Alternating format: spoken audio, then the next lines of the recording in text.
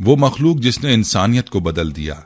کیا آپ نے کبھی سوچا ہے کہ انسانی تاریخ کے سب سے بڑے رازوں میں سے ایک کو آج تک دنیا کے سامنے کیوں نہیں لایا گیا؟ یہ ایک ایسا واقعہ ہے جس نے نہ صرف انسانوں بلکہ پوری زمین کی شکل بدل کر رکھ دی۔ فرشتے، انسان اور وہ پراسرار مخلوق جو آسمان سے اتری اور ایسی حرکتیں کی کہ اللہ کے عذاب نے پوری دنیا کو لپیٹ میں لے لیا۔ یہ وہی مخلوقات تھیں جنہوں نے انسانی عورتوں سے تعلقات قائم کیے اور ایسی شیطانی نسل پیدا کی جس نے زمین پر خوف و ہراس پھیلا دیا۔ یہی مخلوقات قوم عاد کی بنیاد بنی، وہی قوم جو لمبی، طاقتور اور ناقابل شکست سمجھی جاتی تھی، اور آخرکار یہ مخلوقات اللہ کے عذاب کا شکار ہوئیں۔ لیکن اصل سوال یہ ہے، یہ سب کچھ کیسے ہوا؟ حضرت ادریس علیہ السلام کے صحیفوں میں ایسا کون سا راز چھپا تھا جسے آج بھی دنیا سے چھپایا جا رہا ہے؟ جاننے کے لیے ویڈیو کو آخر تک ضرور دیکھیں۔ السلام علیکم رحمۃ اللہ وبرکاتہ، میں ہوں جمیل احمد جامی۔ دوستو، بائبل میں حضرت ادریس علیہ السلام کو اینو کے نام سے پکارا گیا ہے۔ آپ پر نازل ہونے والی کتاب بک آف اینوک نہایت پر اسرار مانی جاتی ہے، کیونکہ اس میں ایسے راز اور پیشگوئیاں موجود ہیں جن پر سے آج تک پردہ نہیں اٹھایا جا سکا۔ اس کتاب کے بعض مندرجات موجودہ توریت، انجیل اور قرآن کے بنیادی نظریات سے متصادم معلوم ہوتے ہیں، جس کے باعث اسے کبھی بھی آسمانی کتاب میں شامل نہیں کیا گیا، خاص طور پر بائبل اور توریت میں، جہاں دیگر کئی انبیاء کرام پر نازل ہونے والے صحیفے موجود ہیں۔ یہ کتاب زمین پر آباد دو مخلوقات کو خبردار کرنے سے شروع ہوتی ہے۔ نمبر 1 انسان، نمبر 2 واچرز، وہ مخلوقات جنہوں نے اس وقت فتنہ و فساد، خون ریزی، جادو اور انسانوں کی بگاڑ میں اہم کردار ادا کیا تھا۔ اس کتاب کا کچھ حصہ 1947 میں ڈیڈ سی اسکرول سے بھی دریافت ہوا تھا۔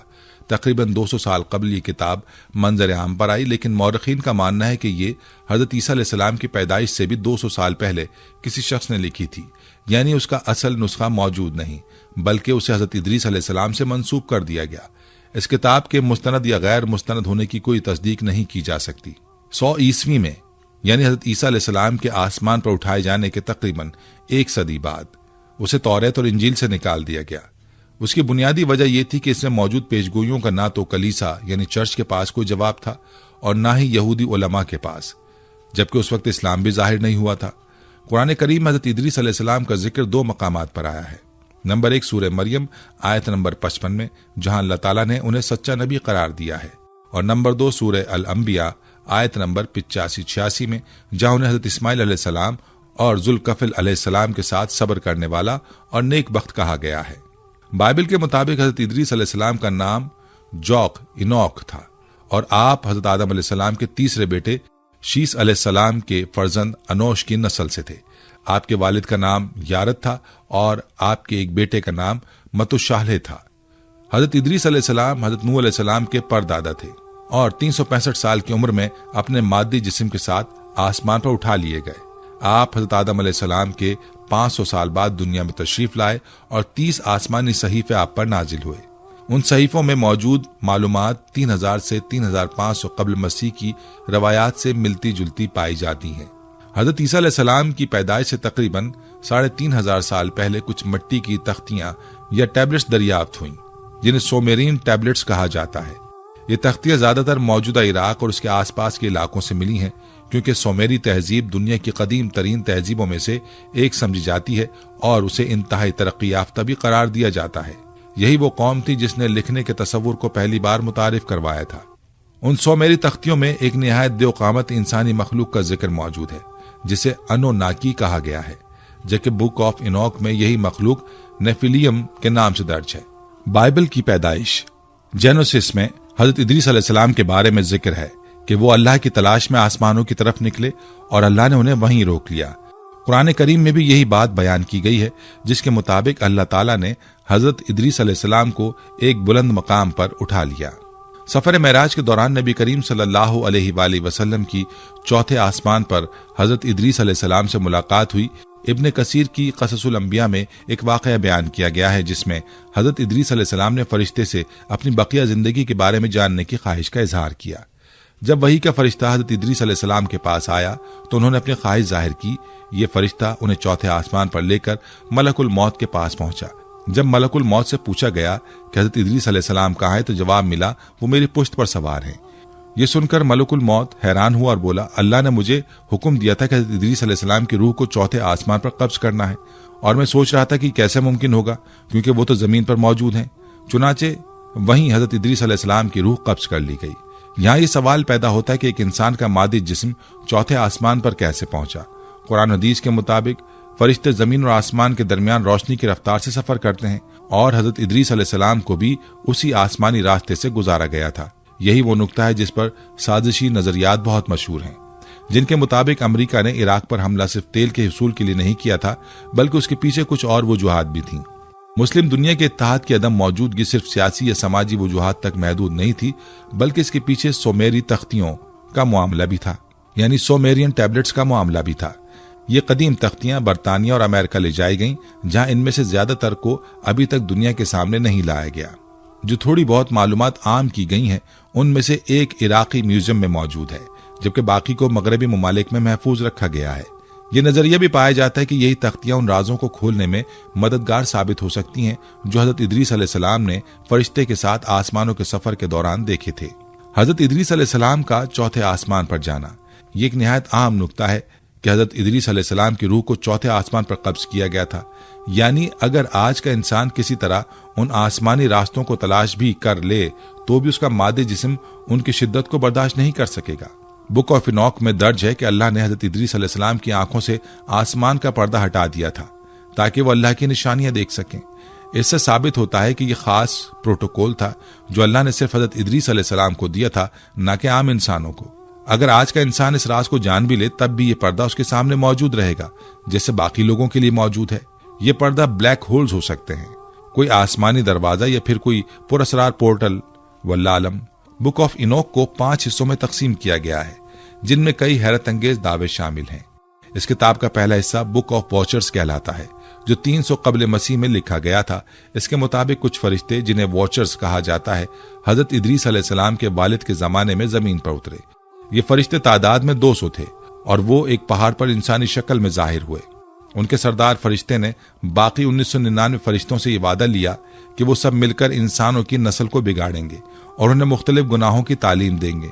वॉचर्स ने इंसानों को कुछ गुनाह और शैतानी काम सिखाए, जिनमें नंबर 1 इंसानी तख्लीक में तब्दीली, इंसान और जानवरों के जिन्नियाती मिलाप, नंबर 3 फहाशी और बेहयाई को आम करना, हथियार बनाना जैसे तलवारें और खंजर, जेवरात और बनावटी अशिया तैयार करना ताकि इंसान खुद को संवार सके। बुक ऑफ इनोक के मुताबिक अज़ाज़ील शैतान ने इंसानों को हथियार बनाना सिखाया ताकि वो एक दूसरे के खिलाफ जंग करें और कत्ल गारत करें। उसने इंसानों को कीमती धातुओं और जेवरात के बारे में सिखाया ताकि वो खुद को संवारें और उसके नतीजे में फहाशी और बदकारी आम हो। यही शैतान था जिसने इंसानों को बुत परस्ती और मूर्तियों का तरीका सिखाया ताकि वो अल्लाह के बजाय उनकी इबादत करें। यही वो तालीमात थी जिन्होंने हजरत नूह अलैहिस्सलाम की कौम में दोबारा शिर्क, बुत परस्ती और नए गुनाहों की बुनियाद रखी। इसी शैतानी मखलूक ने इंसानी औरतों के साथ जिनसी ताल्लुकात कायम किए, जिसके नतीजे में 2 कामत इंसान नेफिलियम पैदा हुए, और ये इंसान इंतहाई लंबे, ताकतवर और लंबी उम्रें पाने वाले थे। नेफिलियम खूनखार और खौफनाक मखलूक। ये नेफिलियम इतने ताकतवर और वहशी थे कि इन्होंने आम इंसानों का शिकार शुरू कर दिया। ये इंसान को मारकर खाने लगे, यहाँ तक किसी जानवर को भी न छोड़ते। कुछ वक्त बाद ये खुद ही आपस में जंग करने और एक दूसरे को कत्ल करने लगे। वॉचर्स और हैवानी नस्लों की पैदाइश। इन्हीं वॉचर्स ने इंसानों और जानवरों को आपस में मिलाकर कई अजीब और गरीब हैवानी नस्लें पैदा की। दुनिया के मुख्तलिफ हिस्सों में ऐसी कदीम मूर्तियों के शवाहिद मिले हैं जो इस बात की तस्दीक करती हैं। इनमें से वाज़े तौर पर ऐसी मखलूकात को दिखाया गया है जिनके आधे जिस्म इंसानी और आधे किसी जानवर जैसे हैं।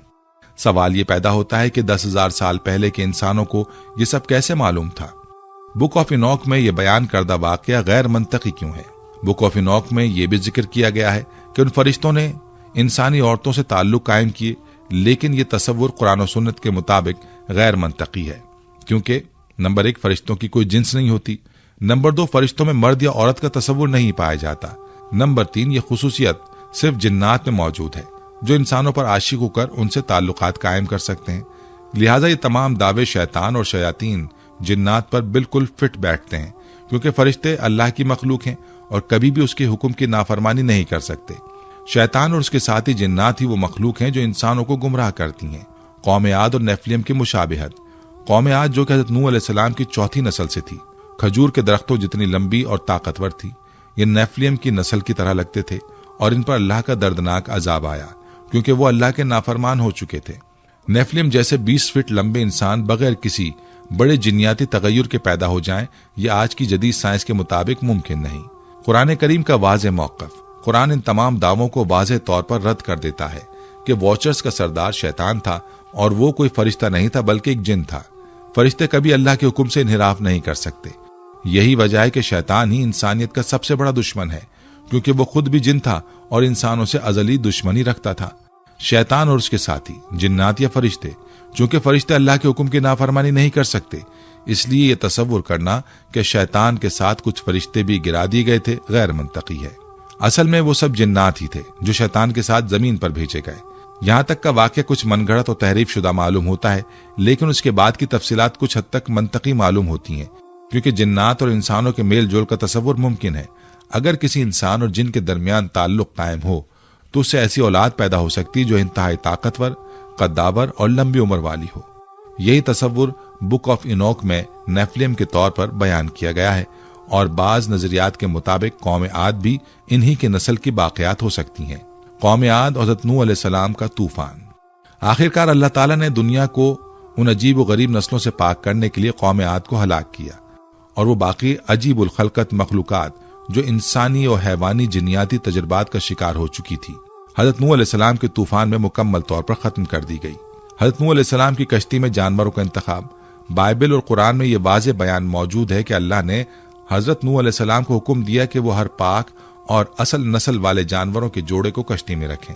इसका मतलब है कि वही जानवर कश्ती में सवार किए गए जो अपनी असल फितरत पर बाकी थे, जबकि बाकी तमाम जिन्नियाती तौर पर बिगड़े हुए इंसान जानवर हाइबर्ड तूफान में हलाक कर दिए गए। ये ऐसे थे जैसे पानी के जरिए जमीन को धोकर पाक कर दिया गया हो। बुक ऑफ इनोक के मुख्तलिफ अबवाब और उनके हैरान कुन नजरियात। बुक ऑफ पुरवरज़ब, इसमें क़यामत के दिन नाफरमान बादशाहों और आखिरी वक्त के वाक़यात का जिक्र मौजूद है। यहाँ एक अहम शख्सियत का जिक्र किया गया है जिसे इब्न आदम यानी मसीह या मुंतखब करदा हस्ती कहा गया है। यह गालिबन हज़रत ईसा अलैहिस्सलाम के लिए इशारा है। एस्ट्रोनॉमिकल बुक 1947 में फ़लस्तीन के डेड सी स्क्रोल्स में इस किताब के 4 हिस्से दरियाफ्त हुए। ये हिस्सा सितारों, सैयारों और उनकी हरकत के मुतालिक इल्म पर मुश्तमिल है। यही वो इल्म था जो हज़रत इदरीस अलैहिस्सलाम को आसमानी सफ़र के दौरान अता किया गया था। यहाँ ये साबित होता है कि हज़रत इदरीस अलैहिस्सलाम का आसमानी सफ़र एक बार नहीं बल्कि बार बार हुआ था, क्योंकि अल्लाह ने उनकी आंखों से आसमान का पर्दा हमेशा के लिए हटा दिया था। बुक ऑफ ड्रीम्स, इसमें हज़रत इदरीस अलैहिस्सलाम को ख्वाबों के जरिए मुस्तकबिल के वाक़यात दिखाए गए। इथोपियन ऑर्थोडॉक्स चर्च के मुताबिक यह हिस्सा हज़रत नूह अलैहिस्सलाम के तूफान से पहले लिखा गया था।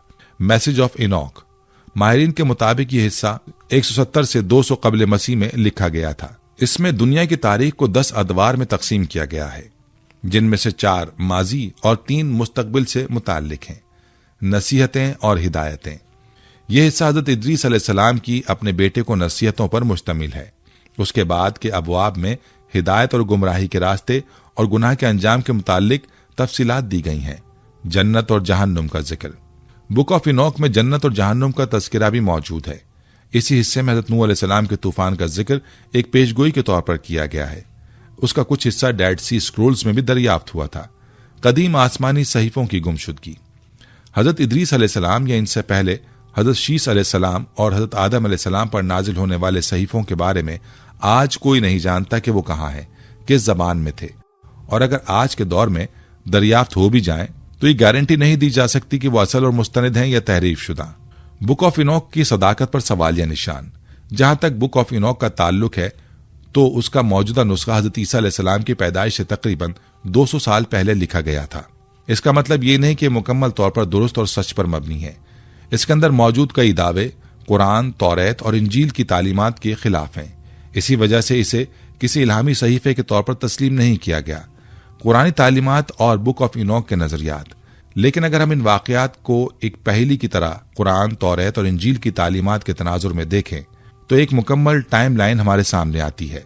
तमाम वाक़यात पजल के टुकड़ों की तरह जुड़ने लगते हैं, सच और झूठ वाज़े हो जाते हैं और ये वाक़यात एक लॉजिकल तरतीब में ढलने लगते हैं। क्या इंसान को ये जानने की ज़रूरत है? آج کے دور میں ان واقعات کے بارے میں جاننا انسان کے لیے ضروری نہیں، کیونکہ اللہ کی طرف سے مکمل تعلیمات نازل ہو چکی ہیں۔ اب ہدایت کے لیے قرآن و سنت کافی ہیں۔ دوستو، تاریخ کے یہ راز، گمشدہ صحیفے اور پرانی تہذیبوں کی روایات ہمیں بہت کچھ سکھاتی ہیں، لیکن ایک بات ہمیشہ یاد رکھیں کہ حقیقی علم وہی ہے جو ہمیں ہدایت کی طرف لے جائے۔ بک آف انوک جیسے متون چاہے جتنے بھی دلچسپ کیوں نہ ہو، ہمیں قرآن و سنت کی روشنی میں ہر چیز کو پرکھنا ہوگا، کیونکہ اللہ کا کلام ہی وہ واحد ذریعہ ہے جو ہمیں سچ اور جھوٹ پہ فرق کرنے کی صلاحیت دیتا ہے۔ اگر آپ کو آج کی ویڈیو سے کچھ نیا سیکھنے کو ملا اور آپ کو یہ تحقیق دلچسپ لگی تو ویڈیو کو لائک کریں، شیئر کریں اور اپنی رائے کمنٹس میں ضرور دیں۔ میں آپ سے ملوں گا ایک اور حیرت انگیز اور معلوماتی ویڈیو میں۔ تب تک کے لیے اپنا خیال رکھیے، اپنے علم میں اضافہ کریں اور سچائی کی تلاش جاری رکھیں۔ اللہ حافظ۔